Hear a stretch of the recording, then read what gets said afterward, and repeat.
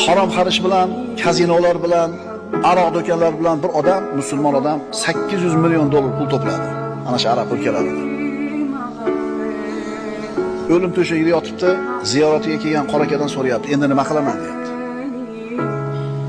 Birovning haqqini yegan, birovni urgan, so'kkan, bu narsani topib olgan, zulm qilgan, xullas ibodatdan uzoq, havoyi nafsini iloh qilib, moli dunyoni iloh qilib, shu moli dunyo talab qilgan hamma narsani bajarib itoat qilib, mana o'lim to'shagida yotib, nima qilaman endi deyapti.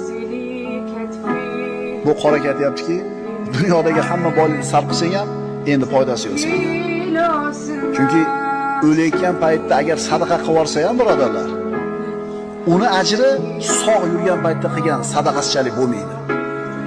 Agar haromdan topgan pulini hammasini sog' yurganda sarflasa ham, Alloh taolo pokiza zot, faqatgina pokiza narsani qabul qiladi. Endi bu odamga foydasi yo'q.